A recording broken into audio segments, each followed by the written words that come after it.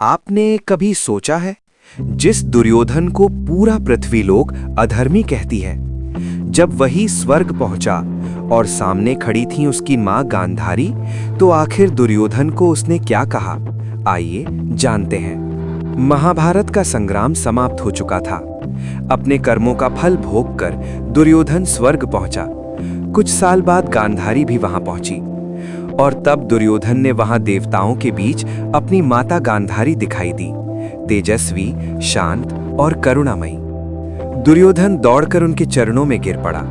आंखों में आंसू थे और हृदय में गर्व। बोला, माता, मैंने जीवन भर आपके कुल की मर्यादा निभाई, मैंने कभी पीठ नहीं दिखाई। गांधारी ने उसे उठाया, मस्तक पर हाथ रखा और गहरी दृष्टि से देखते हुए बोली, पुत्र, तू वीर थे, इसमें कोई संदेह नहीं, पर वीरता तभी सार्थक होती है जब वो धर्म के साथ चले। दुर्योधन स्तब्ध रह गया। गांधारी ने आगे कहा, तूने अपने भाइयों से प्रेम किया, ये अच्छा था, पर तूने अपने अहंकार से उनसे भी अधिक प्रेम किया, यही तुम्हारा पतन बना। फिर उन्होंने वो वाक्य कहा जो दुर्योधन के हृदय में शूल बनकर उतर गया, पुत्र, तू युद्ध हार कर नहीं टूटा, तू तब टूटा जब तूने सत्य सुनना बंद कर दिया।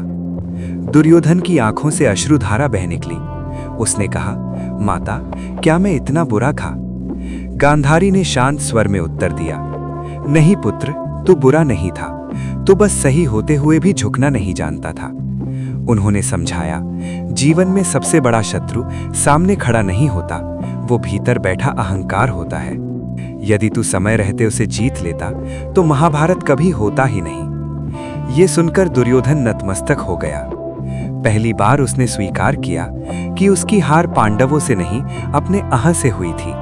मित्रों, कथा का सार ये कि स्वर्ग में गांधारी ने दुर्योधन को ये सिखाया कि शक्ति बिना विवेक के विनाश बन जाती है और प्रेम बिना नम्रता के अहंकार। यही कारण है कि दुर्योधन की सबसे बड़ी हार युद्ध भूमि में नहीं, मां के इन शब्दों के सामने हुई। मित्रों, वीडियो को लाइक कर लीजिए और सपोर्ट कीजिए। जय श्री कृष्णा।